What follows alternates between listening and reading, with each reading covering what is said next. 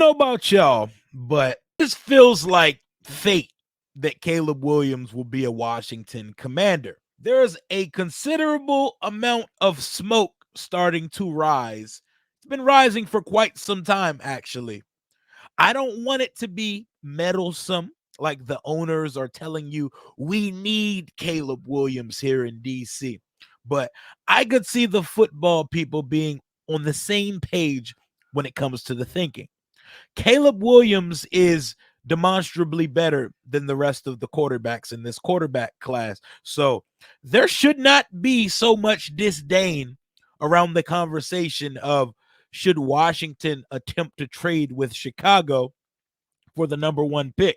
It's the best player in the draft. And people don't want to hear the comparisons, but a guy that's coached both of them is now the offensive coordinator for the Washington Commanders, and a guy who said once in an interview,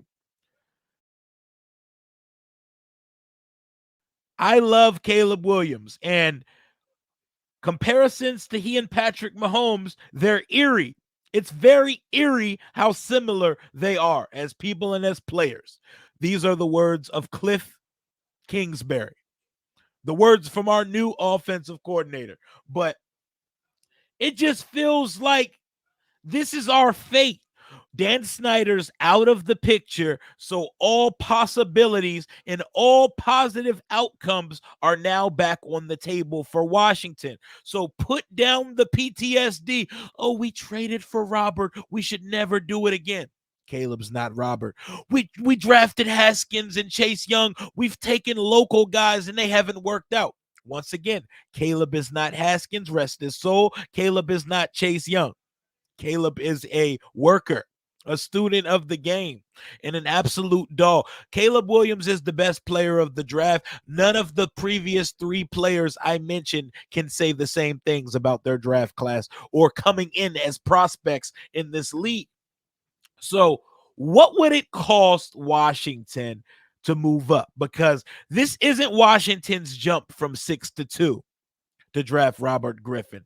This is not Carolina's jump from 9-1 with Chicago. And asking Chicago to trade out of the first pick in consecutive years may be a big ask. So this conversation could be a big nothing burger because Chicago holds all the cards here and can say, fuck off, we're drafting Caleb Williams. But if you're interested in Justin Fields, which I'm not, end of conversation. Hangs up the phone, keeps it pushing. But Washington would be remiss to not, at minimum, shoot their shot for Caleb Williams. So let's start with last year's trade between the Carolina Panthers and the Chicago Bears.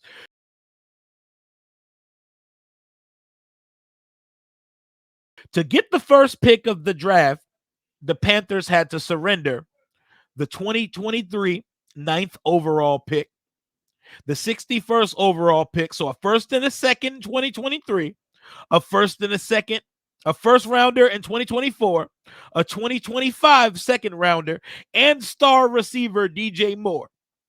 So that's two first rounders, two second rounders, and DJ Moore to move up 8 spots for the rights to draft Bryce Young. I know after 1 year, Bryce Young doesn't look like it in Carolina, but Carolina's situation was a impossible scenario for Bryce to come in and ball out. And on top of it being a situation where he has no weapons, they fired their coach mid-season. So you're firing a coach mid-season of a guy's rookie year, and that coach was the play caller. They pretty much put him in a lose-lose situation in year one. I think Caleb can see the Chicago situation from the outside looking in and say, they're going to fire Eberflus in a year. Eberflus and company are a big-ass lame duck Ron Rivera style setup, and I'm not interested in that. If I was Caleb Williams and company and I'm the touted number one prospect, I'm not afraid to play the cards and put mine on the table and say, we can make this look as professionally as possible. I don't want to play for you, my guy. I don't want to play. All due respect, I don't want to play for y'all. like Dion did in the draft. He said, if you're drafted outside of the top 5, I'm not meeting with you because I will not be in your range. I'm not afraid to hold and control my destiny. Paint me as a villain all you want to. Elway did this shit. Eli Manning and company did this shit. Why can't Caleb Williams? I'm controlling my destiny. I'm controlling my. Washington has a good setup. They have a GM and a head coach on the same timeline and new ownership. New aggressive ownership that will not get in the way of success like Daniel Snyder did. There's already some weapons here, and not to mention Washington got hella picks in the draft. Let's just say, for example, this Carolina trade that I just mocked up. Let's just say Washington did something similar and gave the Chicago Bears our first and second for the next 2 years just to move up one spot. Washington still got hella picks in the draft. Washington still would have 8 picks in the draft this year. Washington would still have so many picks to make an offensive line, weapons, and things to surround Caleb Williams in this draft class of 2024. Washington currently has 9 picks. Remember, that first rounder is a swap. You're not losing your first round pick. The first round pick will be selecting Caleb Williams. That's what always irks me. Huge pet peeve of mine. When you read a trade, a first round Godfather type offer, they always say the total amount of first round pick. They never consider that the first round pick is a pick swap. So let's walk back to 2012 right quick, because this is bringing back PTSD. We gave the Rams a pick swap in the first round, so our 6th pick for their number 2, a second rounder that year, our first in 2013, and our first in 2014. And everybody said they traded 3 first-round picks for Robert Griffin. No, nigga. They gave up 2 first-round picks for Robert Griffin. The first pick is a swap. We're not giving them a first-rounder for nothing.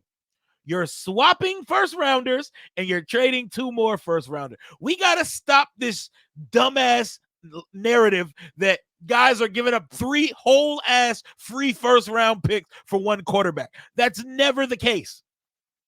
It's always a swap involved. I'm looking at what the Bears gave up to move up from 27th to 10th. They had to give the Buffalo Bills the 27th overall pick, their third round pick, which is 91.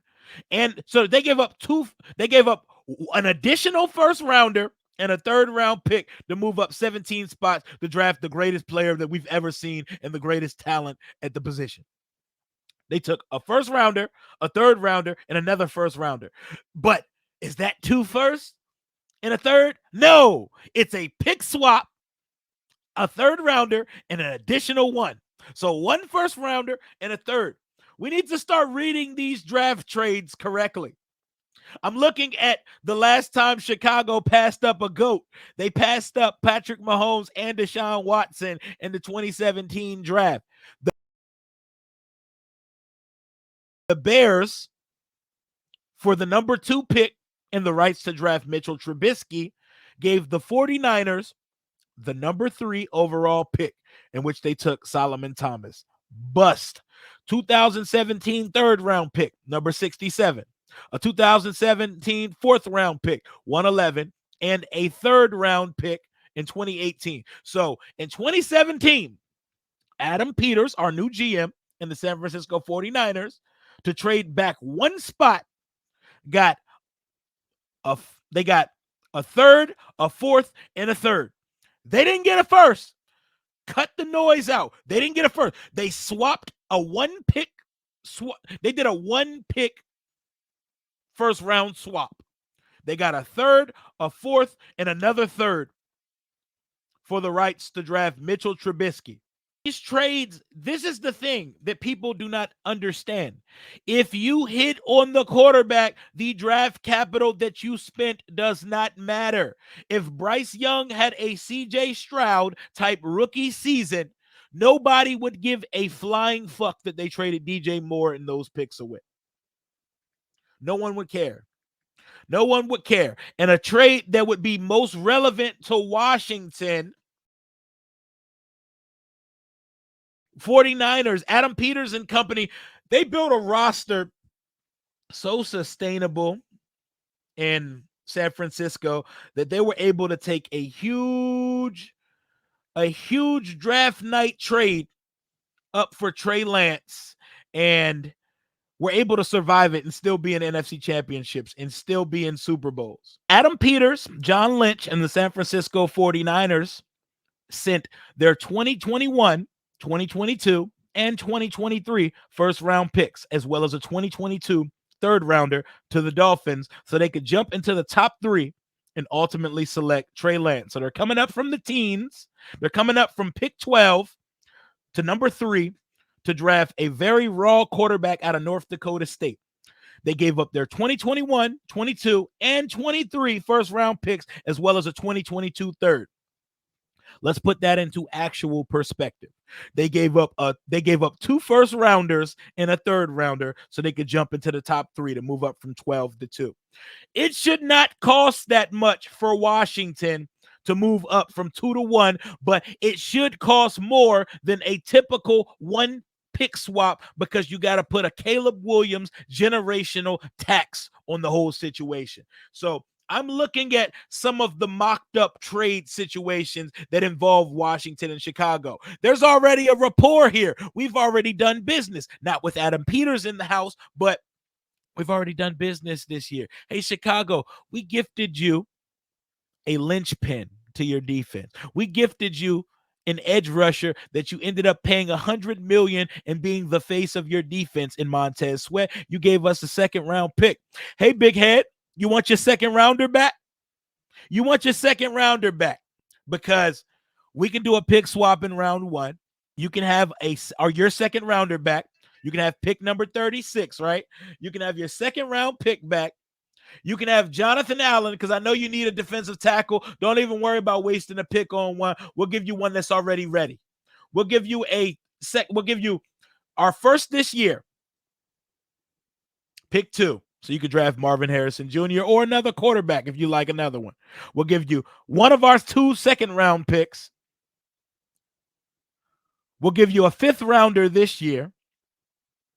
And we'll give you a second rounder next year. Why would that not get the deal done? A second, Jonathan Allen, a 5th rounder, and our second next year. I do it in a heartbeat. I do it because we'd still have 7 picks.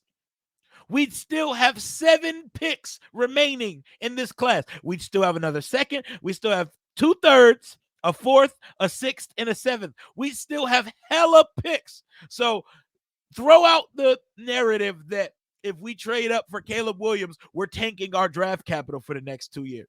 No, we're not. No, we're not. We're losing a second in 2025, and we're losing a second and a 5th this year. And we're losing Jonathan Allen, obviously, who may want to see if the grass is greener somewhere else. And I see him definitely being interested in reuniting with Montez Sweat because they've wrecked shit together. But I'm looking at some of these trade offers that are being thrown around on the internet. Ryan Wilson of CBS Sports, he mocked up a trade between the Bears and the Commanders. And he said Washington would give up number 2, number 36, and next year's first for the rights to draft Caleb Williams. That's not bad to me.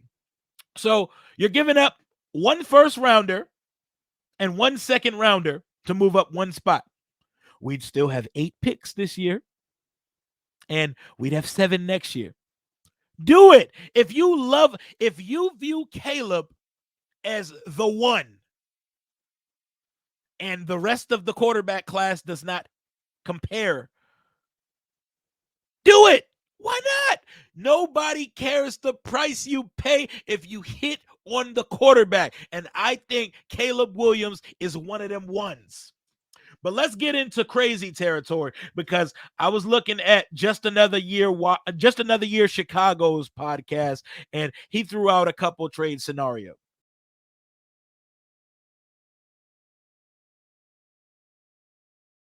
One of them was number 2, Number 40, which is our second round pick, Jonathan Allen, and another first.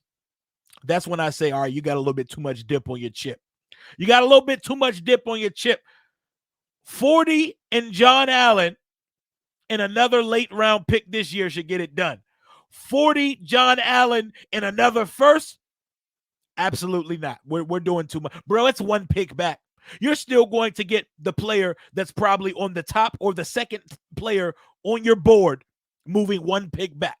Let's not get ridiculous now. Let's not get too crazy. His next offer was 40, 100, and a 2025 first and a second. Absolutely fucking not. I understand a Caleb tax will be attributed to this deal if Washington and Chicago want to strike a deal for 1 and 2, but absolutely fucking not. We're going to give you a first and second next year, a second this year, and the 100th pick of the draft. Now, we're tweaking now. It is one spot, my boy. I understand the Caleb tax. Here's how I would alter this one. You can have next year's first, 36 instead of 40. So a very early second round pick, and you can have 100. Take that other second out of there. So you can have a second, you can have a fourth, and you can have our next year's first for number 1. Take it. Have it. Have fun with that shit. But 40, 100, and next year's first and second, what are we talking about? It's one spot, my guy. With the Caleb tax, that's still ridiculous. We got to understand how this draft value chart shit works because that is a lot to move up one spot. And I understand there will be teams willing to give up a Godfather offer to move up from 8 like Atlanta or to move up from 13 like the Raiders or someone like the Giants. But you want to get a very, very good player while also adding compensation. So go ahead and get this little bit of comp from Washington and pick Marvin Harrison Jr. at 2 or take Drake May or Jaden Daniels at 2 while picking up some groceries on your way out the store. A little appetizer on the side. Let's not get ridiculous now. Y'all not finna fleece us like Sonny Weaver Jr. on draft day. We're not doing all that. But if you don't think Washington's going to at least attempt to trade for Caleb Williams, you are crazy. The NFL views him differently than the timeline on Twitter does. And anybody who turns on the tape sees it too. The boys like that. One of the most productive college players in 3 years without being redshirt in the history of college football. I'm all for the notion of trading up for Caleb Williams. But if we do so, it needs to be in a sensible manner. There have been a lot of swings and misses when it comes to trading up for a quarterback. But I'm not going to be afraid to attack success because I failed prior. Like I said, it's like giving up on relationships because your last one didn't work. Oh, we can't do it because RG3. We can't do it because Chase Young. We can't do it because Dwayne Haskins. That is pussy talk. That's loser talk, and I'm not here for that. We attack success, baby. Dan Snyder's not here to meddle in my success anymore. The world is our oyster now, and we should attack success in any way we see fit. Adam Peters and Dan Quinn could be not interested in Caleb Williams, which would be interesting to me because that would show me that they're not interested in what could be greatness in this league. Washington gets Caleb Williams. The NFC better look out because we got the most special talent in the conference at the position if we get him. But I think Adam Peters and Ryan Poles will have a lot of conversations this offseason because Washington is in the driver's seat when it comes to teams that could trade up for Caleb Williams, the pride of DC, the pride of Gonzaga High School. Bring him home, and I want to have conversations about if Emmanuel Forbes having to give up 13 to Caleb. I want to have petulant conversations like that. And y'all don't want to see how me, Jalen, Tay Todd, Alex, and Zach are going to be cutting the fuck up on my draft stream if we acquire Caleb motherfucking Williams on draft day. Let me know in the comments what you would give up to move up from 2 to 1, if you would even give up anything at all. I like the idea of staying at 2 and possibly getting Caleb. Not going to happen, though. because it wouldn't make sense for Chicago to just not get anything for that pick when a line of teams are going to line up to trade up for that pick. But I like the idea of Jaden Daniels or Drake May at 2, but I love the idea of Caleb Williams to DC. I would love to be at the top of the draft. That's a beautiful feeling going into our draft stream, going into draft night 1. World at our feet. The center, the mecca of 2024 NFL draft, the Washington Commanders sit at the top, and we all know who it is. I want to see Cliff Kingsbury and Caleb Williams chatting it up at his pro day, like RG3 and Shanny circa 2012. Those were good times until it didn't work. You keep shooting your shot until you prevail. Washington ain't seen a quarterback throw for 30 touchdowns in 57 years. Washington ain't seen an 11-win season since 91. You shoot your shot until you have the guy. And I think Caleb Williams is one of them ones. And Washington has to do everything in its ability to see if Chicago's willing to come off that number 1 pick. But at the same time, Washington cannot walk into a situation where they're going to get their pants pulled down and fleeced for the number 1 pick, considering we're only 1 pick behind the Chicago Bears. Talk to us nice, Ian Cunningham and Ryan Poles. Let's make a deal, because it feels like destiny for Washington Commanders quarterback to be Caleb motherfucking Williams. That's all I got for right now. Let me know what you would send Chicago to move up 1 spot for the rights to draft Caleb Williams, the pride of Gonzaga High School. That's all I got for today. Hail to the Washington Commanders. Commander Rio, out.